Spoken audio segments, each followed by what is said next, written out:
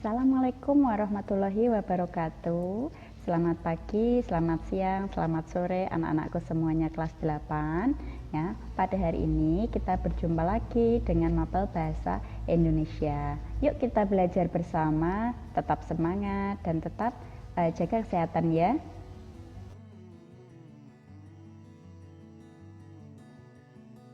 Nah, anak-anakku semua kelas 8, pada hari ini kita akan mempelajari tentang buku fiksi dan buku non-fiksi di mapel bahasa Indonesia kelas 8 semester 2. Untuk kompetensi dasar, yang pertama adalah menelaah unsur buku fiksi dan non-fiksi yang dibaca. Kemudian yang kedua adalah menyajikan tanggapan terhadap buku fiksi dan non-fiksi yang dibaca secara lisan atau tertulis.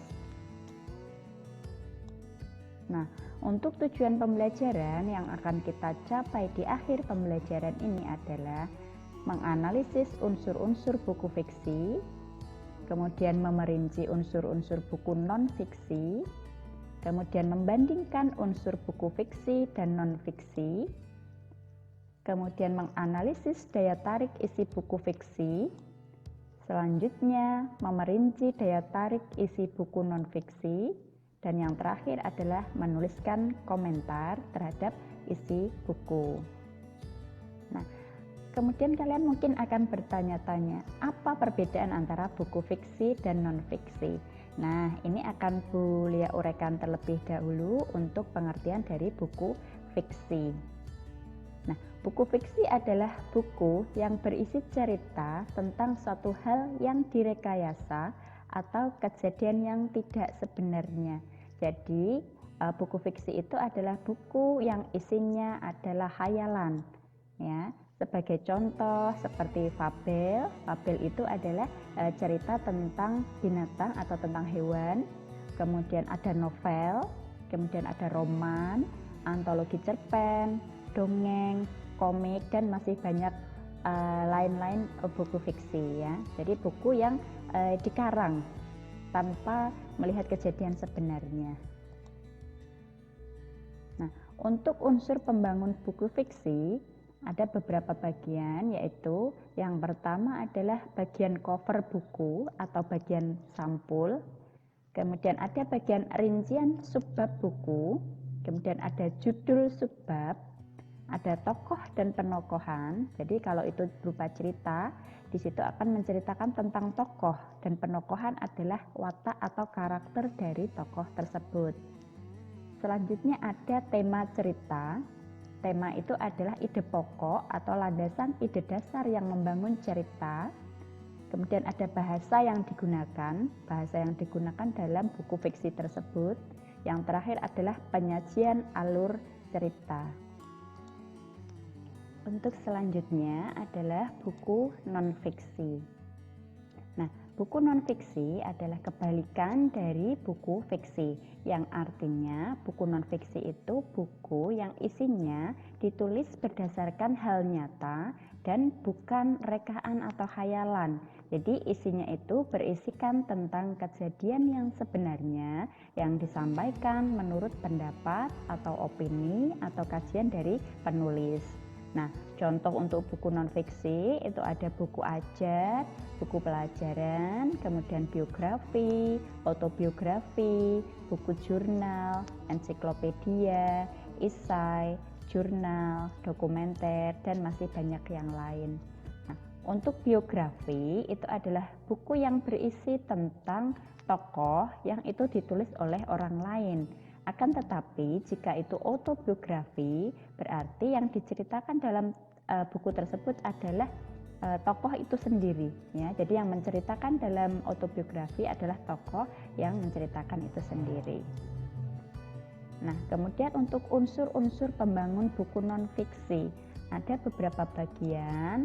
Nah, yang pertama adalah bagian sampul buku, kemudian ada rincian subbab buku, ada judul subbab, isi buku, cara menyajikan isi buku, kemudian bahasa yang digunakan, dan juga sistematika. Selanjutnya, ketika kita membaca sebuah buku, baik itu buku fiksi ataupun non-fiksi, kita harus menemukan daya tarik dari buku tersebut. Nah, bagaimana cara kita menemukan daya tarik sebuah buku? Itu bisa kita lihat dari sampul bukunya atau cover, kemudian kita lihat juga struktur buku tersebut, kemudian topik yang dibahas, kemudian aspek bahasa, dan juga isi bukunya. Nah, bagaimana cara kita menemukan daya tarik buku? Ada langkah-langkah yang harus kita perhatikan. Nah, yang pertama, kita harus membaca buku itu secara keseluruhan. Yang kedua, kita harus memahami kelogisan dan kejelasan hubungan antar gagasan dan fakta dalam buku tersebut. Kemudian yang ketiga, kita mencatat hal-hal menarik yang mungkin ada di dalamnya, baik itu berkaitan dengan isi, bahasa, maupun ilustrasinya. Nah, kemudian yang terakhir, kita harus mencatat identitas buku yang terdiri dari judul buku, kemudian siapa penulis atau pengarangnya, kemudian penerbit, dan ketebalan halaman buku tersebut.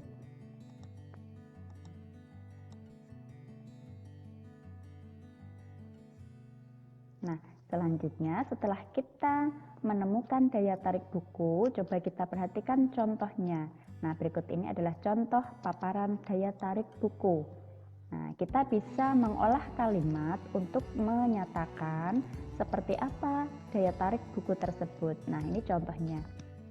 Buku Panduan Keluarga Memilih dan Menggunakan Obat karya Rahayu Widodo, SSI Apoteker, berisi tentang pengenalan obat, prinsip-prinsip memilih dan menggunakan obat untuk diri sendiri, serta aspek sosialnya. Buku ini bisa menjadi panduan bagi semua kalangan karena paparannya jelas. Buku ini juga dilengkapi istilah medis beserta pengertian-pengertiannya. Menjadi lebih menarik karena sajian buku ini dilengkapi banyak gambar dan ilustrasi. Nah, berarti buku dengan judul Panduan Keluarga Memilih dan Menggunakan Obat ini memaparkan tentang daya tarik buku, ya. Buku itu ditampilkan dengan paparan yang jelas, kemudian dilengkapi istilah medis beserta pengertiannya, dan menarik karena sajiannya dilengkapi dengan banyak gambar dan ilustrasi, sehingga daya tarik buku ini terdapat pada sajian isinya, ya. Nah, selanjutnya kita setelah menemukan daya tarik buku, kita bisa mengomentari buku. Nah, untuk buku fiksi, bagaimana cara kita mengomentarinya? Kita bisa mengacu pada langkah-langkah berikut. Yang pertama, kita cermati dulu bagaimana judul dan tema yang dikembangkan. Kemudian yang kedua, apakah ada keunikan ketika membaca buku tersebut? Nah, yang ketiga, bagaimana pengarang mengembangkan latar cerita? Yang keempat, bagaimana pengarang mengembangkan tokoh dan watak tokoh? Yang kelima, bagaimana pilihan kata yang digunakan oleh pengarang? Selanjutnya, yang keenam, apakah kalimat-kalimatnya memiliki keunikan dan kekuatan untuk membangun cerita? Kemudian yang terakhir, tokoh mana yang paling kamu sukai dan mengapa? Apa alasannya? Ya, jadi ketika kita mengomentari buku fiksi, kita bisa mengacu pada pertanyaan berikutnya. Nah, ini contoh komentar untuk mengomentari kelebihan buku dan juga kelemahan buku. Jadi yang sebelah atas ini contohnya adalah buku ini menunjukkan fantasi yang berwarna lokal Indonesia. Penulis Indonesia membuat cerita fantasi berbau lokal dengan rinciannya yang unik. Membaca Anak Rembulan, jadi Anak Rembulan ini adalah buku yang dibaca, ya, buku yang dikomentari. Jadi membaca Anak Rembulan, siapapun akan mendapat pendapat itu dan meyakini waktunya anak negeri unjuk gigi. Sangat lokal, fantastik, dan tak terlupakan. Nah, itu tadi kelebihan buku. Nah, kemudian ini ada contoh dari komentar kelemahan buku. Ya, jadi contoh komentar ini merupakan kelemahan dari buku. Ada sedikit ketidaklogisan cara pengarang dalam memunculkan tokoh. Nah, Jadi tidak logis itu bisa menjadi sebuah kelemahan. Ya, tidak logis itu tidak masuk akal. Nah, untuk selanjutnya, setelah mengomentari buku fiksi, kita juga bisa mengomentari buku non-fiksi. Dalam mengomentari buku non-fiksi, kita juga bisa mengacu pada pertanyaan-pertanyaan seperti kita mengomentari buku fiksi. Yang pertama, apa judul buku yang kamu baca? Kemudian yang kedua, siapa nama pengarangnya? Yang ketiga, siapa penerbitnya? Yang keempat, di mana buku itu diterbitkan dan tahun berapa? Yang kelima, apakah ada gambar, foto, grafik, tabel, atau bagan pada buku tersebut? Kemudian, apakah bahasa yang digunakan mudah dipahami? Kemudian, bagaimana dengan cetakan bukunya? Selanjutnya, siapa sasaran pembaca buku tersebut? Karena tidak semua buku itu bisa dibaca semua kalangan.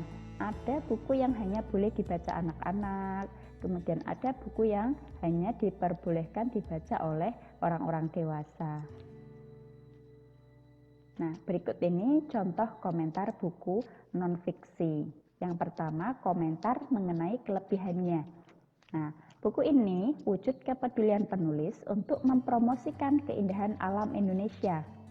Yang kedua, membaca buku ini seakan berpetualang ke seluruh wilayah Indonesia yang indah. Nah, itu untuk contoh dari kelebihan buku. Kemudian untuk contoh kelemahan, sedikit kelemahan buku ini adalah penggunaan istilah-istilah lokal yang cukup banyak sehingga mengganggu pemahaman pembaca yang belum memahami daerah tersebut. Nah, jadi ketika kita menulis buku, hindari penggunaan istilah lokal ya. Istilah lokal itu istilah kedaerahan. Nah, itu tadi materi yang kita bahas pada pembelajaran hari ini. Bagaimana? Mudah kan? Nah, tetap semangat belajar. Sampai jumpa di pertemuan berikutnya. Assalamualaikum warahmatullahi wabarakatuh.